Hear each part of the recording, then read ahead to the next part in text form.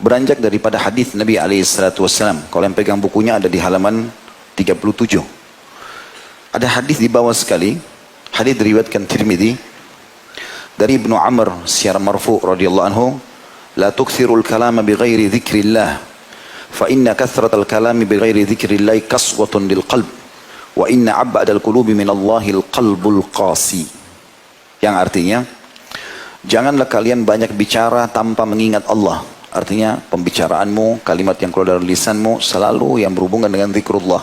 Nasihat kah, menanya hal-hal yang positif kah, zikrullah kah, berdoa kah, membaca Quran. Selain daripada itu tidak ada. Sesungguhnya banyak bicara pada hal-hal yang kosong tanpa mengingat Allah adalah penyebab kerasnya hati. Dan ketahuilah, kata Ibnu Amr di sini radhiyallahu anhu, dan ini marfu artinya disampaikan juga dari Nabi SAW, sungguhnya hati yang paling jauh dari Allah adalah hati yang keras. Adalah hati yang keras. Riwayatkan Tirmidzi di halaman 2411.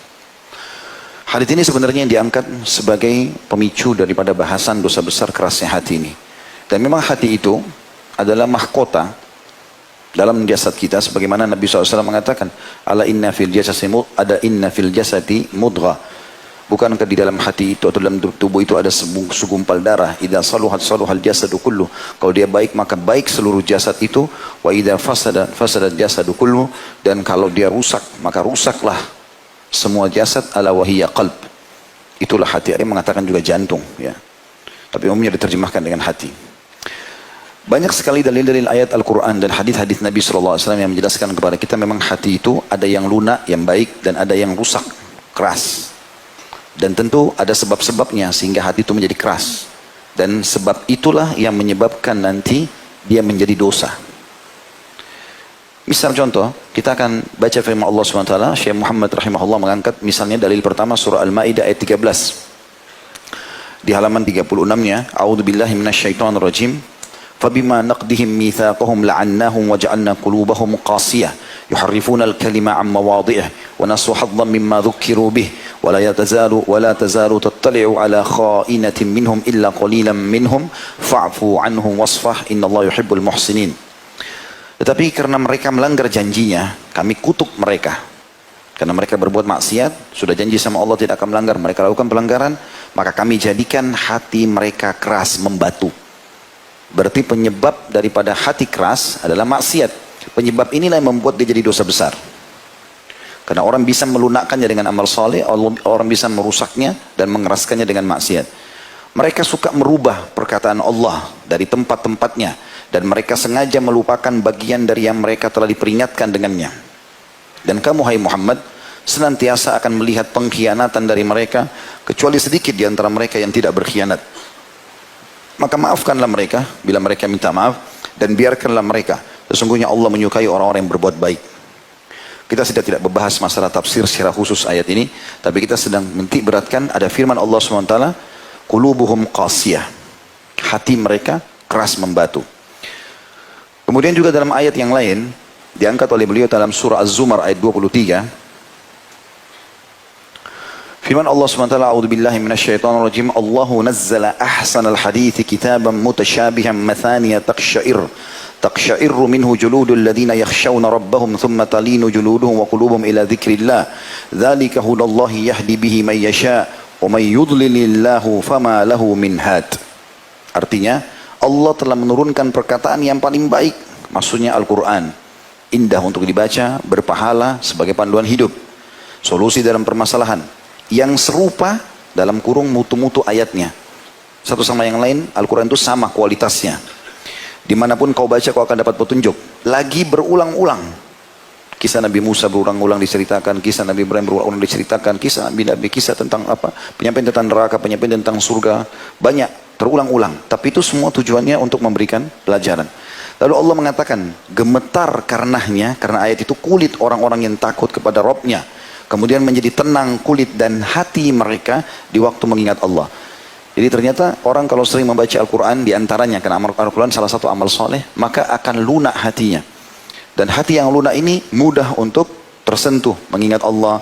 Ya, kalau ada musibah yang datang dia langsung tersentuh. Ada, sampai saya pernah bahasakan kalau teman-teman masih ingat, Salafus saleh itu kalau mereka lagi jalan di sebuah jalan dan tercium bau busuk saja, mungkin ada orang buang sampah sembarangan, tercium di hidung mereka, mereka sudah cukup untuk beristighfar dan bertobat kepada Allah. Karena dia anggap atau mereka anggap itu peringatan dari Allah. Seseorang yang sedang jalan tersentuh kakinya dengan batu, cukup membuat dia beristighfar dan bertobat. Karena dia tahu itu peringatan dari Allah. Tidak mungkin Allah datangkan tanpa sebab. Seperti itulah, mereka sangat peka. Jadi hatinya jadi lunak karena sukanya beramal saleh. Lalu Allah mengatakan, itulah petunjuk Allah. Dengan kitab itu, dia Allah menunjuki siapa yang dikehendakinya. Dan barang siapa yang disesatkan Allah, maka tidak ada seorang pun pemberi petunjuk baginya. Jadi tadi surah Al-Ma'idah ayat 13 menjelaskan ada hati yang qasiyah, yang keras, kena maksiat. Di Az-Zumar ayat 23 ada hati yang lunak karena membaca Al-Quran. Juga dalam ayat yang lain, surah Al-Hadid ayat 16, Allah yang maha suci dan maha pemurah telah berfirman, A'udzu billahi minasyaitonir rajim. Alam ya'ni lilladina amanu an takhsha'a qulubuhum li dzikrillahi wa ma nazala minal haqqi wa la yakunu kalladina utul kitaba min qablu fatala 'alaihimul amadu faqasat qulubuhum wa katsirun minhum fasiqun. Belumkah datang waktu bagi orang-orang yang beriman untuk tunduk hati mereka mengingat Allah dan tunduk kepada kebesaran yang telah turun kepada mereka. Jadi dalam ayat ini kata ulama, Allah bukan mengatakan tunduknya kepala mereka, ya, tunduknya fikiran mereka. Allah mengatakan tunduk hati mereka. Karena hati yang harus ditundukkan, dan itu hanya dengan amal soleh, dengan kepatuhan kepada Allah SWT. Dan janganlah mereka seperti orang-orang yang sebelumnya telah diturunkan Alkitab, Yahudi dan Nasrani, kepada mereka. Kemudian berlalulah masa yang panjang atas mereka, lalu hati mereka menjadi keras. Karena mereka justru tidak mau mengikuti isinya. Dan kebanyakan di antara mereka adalah orang-orang yang fasik. Di ayat ini, Allah hubungkan hati yang keras dengan kefasikan. Artinya, memang karena perbuatan dosa. Jadi dia seperti mendolimi dirinya sendiri kalau dia buat dosa sehingga hatinya menjadi keras dan tidak lagi bisa kena peringatan apapun. Sekali ada kemaksiatan kita lakukan dan kita tidak taubat, teman-teman, sudah cukup membuat hati itu berubah kondisi. Dari yang lembut mulai mengeras. Dibuat lagi maksiat lebih keras. Terus begitu sampai Allah menggambarkan ada hati yang lebih keras daripada batu. Pada saat itu temannya kena petir di sebelahnya, temannya mati longsor, dia lihat kebakaran, ada orang terbakar depan matanya, ada orang segala macam, coba tidak tersentuh lagi sudah. Ini berbahaya sekali karena tidak ada lagi sesuatu yang bisa mengubah dia. Dan yang lebih bahaya daripada itu, teman-teman sekalian, kalau hati sudah keras, kita sudah tidak bisa, kita sendiri tidak mampu. Kalau mau kembali ke jalan Allah butuh upaya yang sangat besar. Saya pernah bahasakan contoh rasional, berbuat dosa itu menjerumuskan diri pada dosa seperti orang yang ada di tepi jurang, depan antum jurang. Terus ada dua cara untuk pada saat ada situ, untuk selamat atau untuk terjerumus. Kalau untuk selamat berhenti, tinggalkan jurang itu. Tidak usah bilang kaki saya coba tes jatuh nggak sih, gitu. Ya. Tapi kalau dia mau jerumuskan kakinya, coba aja nggak apa-apa, dia akan jatuh ke bawah. Dua keadaan, mati sekalian, atau dia mungkin masih bisa selamat, tapi untuk kembali ke puncak gunung butuh mendaki yang sangat besar, upaya yang besar. Sekali antum sudah ikut pengajian begini, terasa iman, merasa nyaman, terus saja kita pupuk itu pengajian dari pengajian, terus akhirnya kita makin lunak, makin penasaran sampai meninggal. Insya Allah kan istiqomah, dan akhirnya meninggal dalam husnul khatimah. Tapi sekali kita buka pintu dosa, terus kita biarkan lalai, sudahlah nggak apa-apa nanti aja pengajiannya. Akhirnya berubah, yang tadinya seminggu sekali berubah. Sekarang justru karaoke-nya yang seminggu sekali. Atau maksiatnya, atau mungkin bahkan tiap hari, pengajiannya sebulan sekali. Atau mungkin 3 bulan sekali. Lama-lama berubah kondisi hatinya. Dan kalau dia biarkan itu, dia kalaupun mau kembali jadi orang baik susah. Susah, karena nggak mudah kembali jadi orang baik itu. Untuk kembali dia butuh satu pendongkrak yang dulu lebih kuat dari dongkrakan dia pertama. Contoh misal, antum pertama sadar mendengarkan ceramah tentang neraka misalnya, tersentuhlah hati kita. Kalau saya dibakar di neraka bagaimana nih, dosa ini dosa. Kita mulai tinggalkan. Kapan antum futur? Futur itu kayak menjauhi agama, berbuat kemaksiatan, jauh. Maka untuk kembali kepada tingkat iman yang pertama, butuh pendongkrak lebih kuat dari yang pertama itu. Mungkin harus ada ceramah yang double, yang harus mendorong kita untuk itu. Makanya teman-teman tidak usah dicoba dosa itu. Dosa itu untuk dipelajari dan dijauhi, bukan dicoba. Oh ini babi haram, ya sudah haram. Tidak usah coba, saya mau coba dulu dagingnya babi enak enggak? Ya. Khamr haram, haram sudah selesai, enggak usah dicoba. Tahu ini khamr, enggak usah coba, saya mau tes bagaimana rasanya orang mabuk. Enggak perlu. Oh zina haram, saya zina saya dulu. Nanti urusan nanti enggak. Saya memang bukan untuk dicoba, karena dia seperti ibarat racun. Kalau antum punya segelas susu, kita tetesin setetes racun.